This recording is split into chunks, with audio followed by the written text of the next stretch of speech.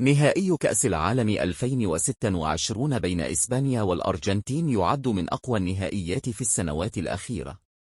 إسبانيا تدخل المباراة بثقة كبيرة بعد مشوار رائع وأداء هجومي مميز، بينما تعتمد الأرجنتين على خبرتها وشخصيتها القوية في المباريات الحاسمة.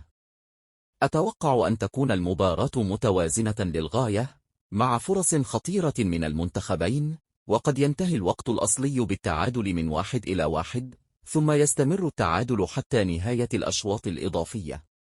وعندما تصل المباراة إلى ركلات الترجيح، أعتقد أن الأرجنتين ستكون الطرف الأكثر هدوءا وتركيزا لتنجح في حسم اللقب. توقع النهائي: الأرجنتين تفوز بركلات الترجيح وتتوج بطلة لكأس العالم 2026. بالطبع، هذا مجرد توقع، فنهائي كأس العالم دائما مليء بالمفاجآت.